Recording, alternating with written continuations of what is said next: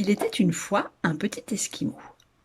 On l'appelait Flocon, car pendant que sa famille chassait, il passait le clair de son temps à construire un bonhomme de neige pour lui tenir compagnie.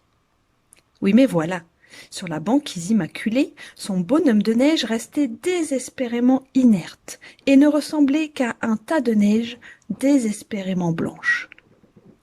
Pas de bras pour lui faire de câlins, pas de nez pour sentir le vent frais du matin, pas de bouche pour lui faire un sourire malin, et surtout, pas d'yeux pour s'émerveiller avec lui devant l'immensité du paysage au loin. Un soir de pêche, en hiver, Flocon se mit à rêver à voix haute.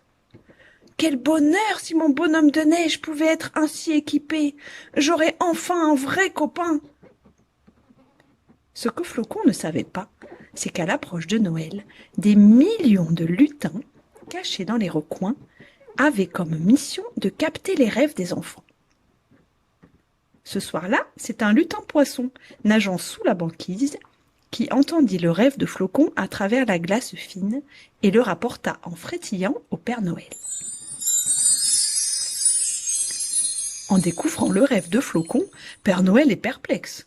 Il n'a pas l'habitude qu'on lui demande ce genre de requête. Un nez, une bouche, des yeux et des bras en guise de cadeau? Qu'à cela ne tienne, Père Noël est là pour exaucer les vœux. Il exaucera celui de Flocon. Pour les bras, il a bien sa petite idée.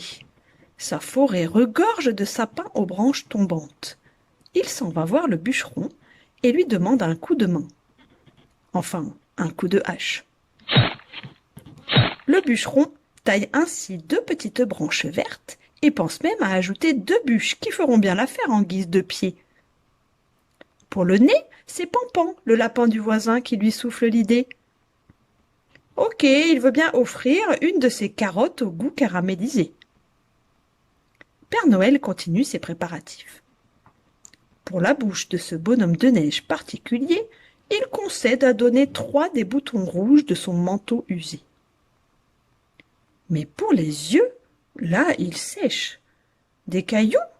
Trop ternes. Des fruits des bois? Les oiseaux les picoreraient. La nuit de Noël approche et il n'a toujours pas d'idée. Quand minuit arrive, il charge son traîneau et prend son envol dans le ciel. C'est là qu'il aperçoit 2 étoiles scintiller un peu moins fort que d'habitude. Les étoiles chuchotent. « Mets-nous dans ta hotte, Père Noël! Nos rayons vont bientôt s'éteindre et nous rêvons de faire briller des yeux d'enfant. » Père Noël attrape alors les 2 étoiles et les installe délicatement au milieu de la montagne de cadeaux qu'il s'apprête à livrer. Le matin de Noël, Flocon a bien les yeux qui brillent.